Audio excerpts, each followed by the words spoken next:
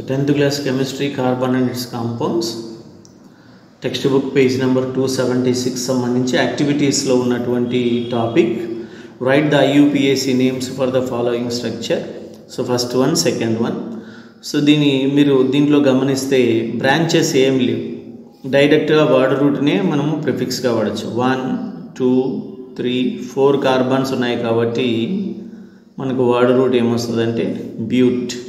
తర్వాత first కార్బన్కు double bond ఉంది కాబట్టి ఫస్ట్ కార్బన్ నంబర్. తర్వాత డబల్ బాండ్ కాబట్టి సఫిక్స్ నేమ్ ఏమొస్తుందంటే E N E, or it can be written as butene అని చెప్పొచ్చు. బ్యూటీన్ అని చెప్పొచ్చు, బ్యూట్ 1-ఈన్ ఆర్ బ్యూటీన్ అని సింపుల్గా చెప్పొచ్చు. నెక్స్ట్ ఇక్కడ చూస్తే ఈ చైన్లో ఈ స్ట్రైట్ చైన్ అన్ని సింగిల్ బాండ్సే ఉన్నాయి. ఇక్కడ సఫిక్స్ నేమ్ వచ్చేసి మనకి ఏమొస్తుంది అంటే సఫిక్స్ నేము ఏఎన్ఈ వస్తుంది. తర్వాత బ్రాంచ్ వచ్చింది కాబట్టి ప్రిఫిక్స్ నేమ్ ఇది వస్తుంది, బ్రాంచ్ నేమ్ ప్రిఫిక్స్ నేమ్ వస్తుంది. తర్వాత కార్బన్స్ కౌంట్ చేసుకో 1 2 3 4 అంటే సెకండ్ కార్బన్కు మనకు CH3 అనేది CH3 వస్తే అది ఏంటి అంటే మీథైల్. దీన్ని ప్రిఫిక్స్గా ముందు రాయాలి నేమ్లో 2-methyl.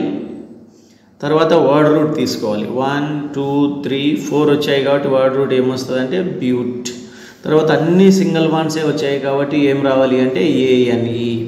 సో 2-methyl బ్యూటేన్ అని రాసేయచ్చు. ఇది సింపుల్గా రాసేటువంటి విధానము. That's all.